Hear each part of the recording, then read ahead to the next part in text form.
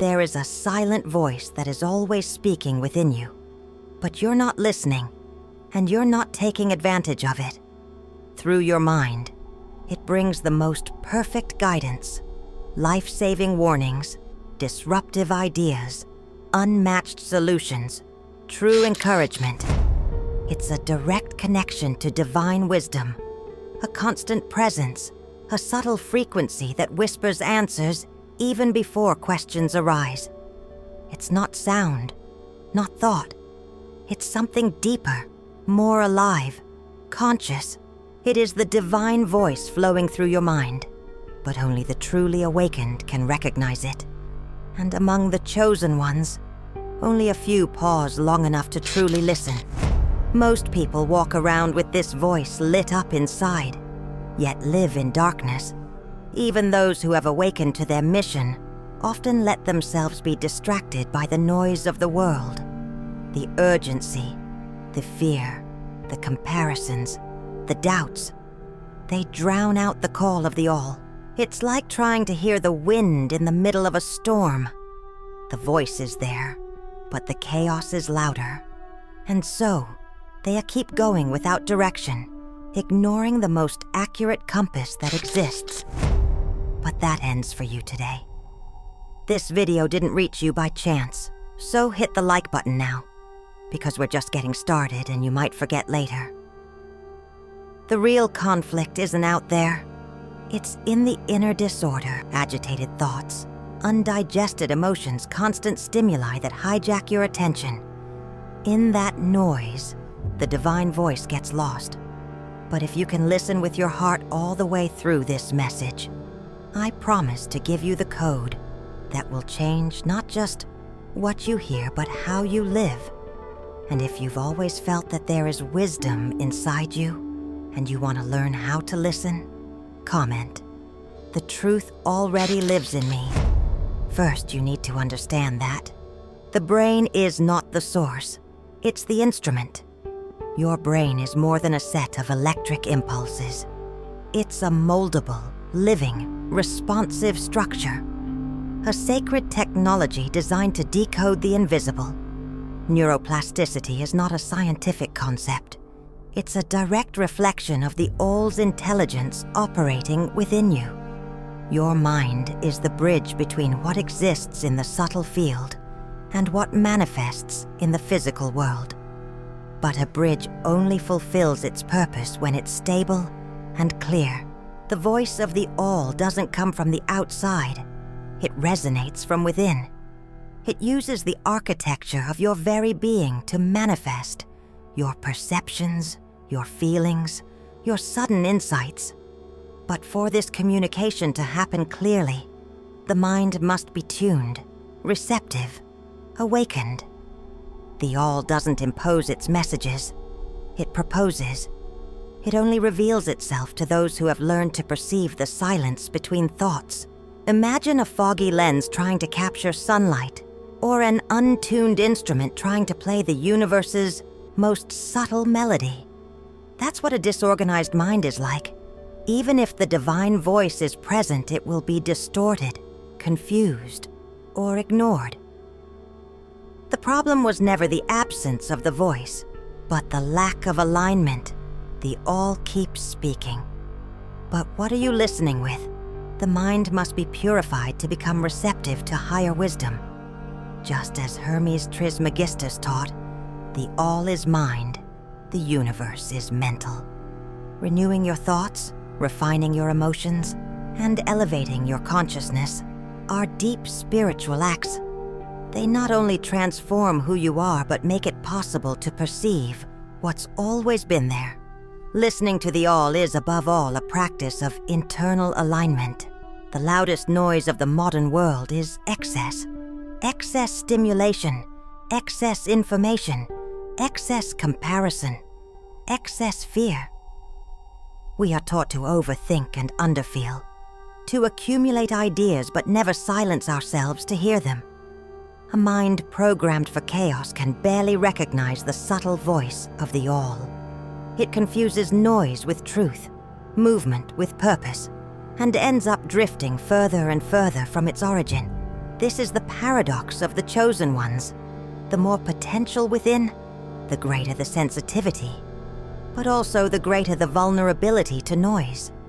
That's why many with a high mission feel lost. They are tuned to hear the sacred, but surrounded by interference. Liberation begins when you realize the mind is not the start of the journey. It's the instrument through which the journey is revealed. But how exactly does this happen? Let me explain it in detail. Let's look now at how. The relationship between words and emotions, and the sacred frequency. Every word you speak draws a path inside your brain. Repeated often enough, those words become automatic routes, and those shape how you perceive the all. Saying something isn't just self-expression. It's programming your mind to align with, or distance itself from, the divine source. That's why speaking with truth, intention, and presence is a form of prayer. Words are the vibrational code of your connection with the invisible, and emotions are the conductors of that energy. They're the filters or amplifiers that determine whether the voice of the all will be heard clearly or distorted by density.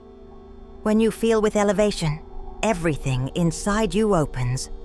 When you feel with fear, everything shuts down. There is no neutrality in this process. Feeling is more than reacting. It's allowing or blocking divine communication. Have you ever asked yourself which emotions dominate your days? Which ones you're feeding without noticing? Do they tune you into the frequency of the all or create interference? Most people live in an emotional autopilot mode, carefully fueled by a system that thrives on your disconnection. A system that promotes urgency, comparison, guilt, and scarcity as a form of vibrational control. But emotional silence is a portal. When the heart is at peace, it becomes a temple, and every temple in harmony listens more than it speaks. It's not about avoiding emotion, but about feeling with awareness, with presence, with intention. In this state, intuition manifests with clarity, and the voice of the all finds space to reveal itself without noise. A clean heart is the most precise instrument for spiritual listening. Everything that exists is information, and that information organizes itself into patterns of consciousness. When your mind is disorganized, it can't decode the subtle signals coming from the universal field. But when you raise your frequency, you align with the language of the all. It's as if waves of wisdom begin to flow through your consciousness, reorganizing your perception of reality. This isn't magic. It's science applied to spirituality. The quantum field responds to your intention, not your desperation. It molds itself to what you consistently vibrate, not to what you desire in spikes of anxiety. Tuning into the sacred requires a clear mind and coherent emotion. When you combine conscious words with elevated feelings, you create the perfect antenna to hear what few can hear. And the more this practice is repeated, the more natural the state of listening becomes. To practice and live this, you must first know and avoid the 3 laws that silence the voice of the all. The first that silences the divine voice is the law of mental reflection. Everything you think generates a vibrational field that echoes back to you. Thoughts are invisible seeds, and each one sprouts in the form of experience, perception, or silence. A mind filled with negativity not only contaminates its own reality, but also blocks the channels of sacred listening. The all speaks, but those who cultivate chaos within will reap spiritual emptiness. The second law is the law of vibrational influence. What surrounds you, the people you interact with, the content you consume, tunes your mind to certain frequencies. If you're immersed in dense environments, shallow conversations, or toxic stimuli, your mind synchronizes with that pattern. And the more you align with disconnected external sources, the farther you drift from the field where the all speaks with clarity. The third is the law of conscious direction. With every choice, what you feel, what you watch, what you believe, you shape what your mind is able to perceive. Intuition doesn't flourish in neglected soil. It requires coherence between what you want to hear and what you're allowing yourself to vibrate. The all doesn't impose its messages, it responds. And what you hear inevitably depends on what you choose to nourish. This is the most urgent question on the spiritual path. The all is always speaking. But who are you listening to inside yourself? Among the voices of ego, fear, criticism, and unconscious repetition, the divine voice becomes almost a muffled whisper. It doesn't disappear, but hides behind what you've allowed to grow within. And the more noise you cultivate, the less room there is for the sacred to manifest. Modern life has taught us to distrust silence and idolize noise. We've been programmed to seek external answers and ignore internal wisdom. It's not that the all has gone silent. It's that your mind is too busy with notifications, comparisons, and expectations. The space once reserved for the invisible is now crowded with voices that don't belong to you. And that has a deep spiritual cost. So I ask you with full sincerity, are your thoughts prayers or interference? Do they bring you closer to your essence or distract you from what matters? Do they build bridges to the sacred or barriers against intuition? What you think, feel, and choose isn't just part of your life. It's part of what you hear. And only those who master this inner field can truly hear the all. And with that, only now are you ready to hear my next words. Silence yourself to hear who you've always been. Your mind is a temple, your emotion, the altar, and your choice, the key that opens or closes the doors of this inner sanctuary. Everything you've heard so far points to a simple and powerful truth. You've always had access to the voice of the all. But that access requires a clean heart, an awakened mind, and a present spirit. The divine voice doesn't force its way in. It reveals itself through alignment. So transform your routine into a ritual. Choose words that elevate, environments that nourish, emotions that heal.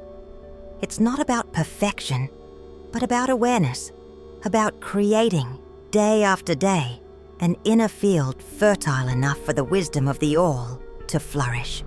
Every decision, no matter how small, tunes or detunes the frequency of your listening. The sacred becomes present where true intention lives.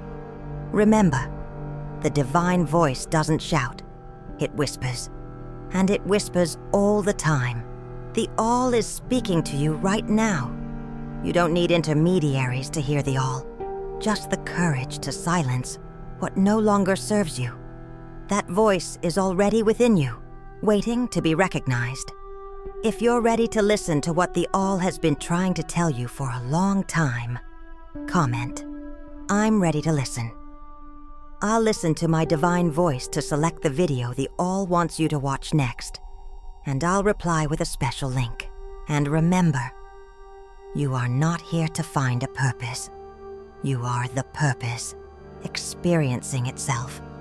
Thank you for watching. Until the end. I hope to see you in the next video. A life of infinite possibilities awaits you.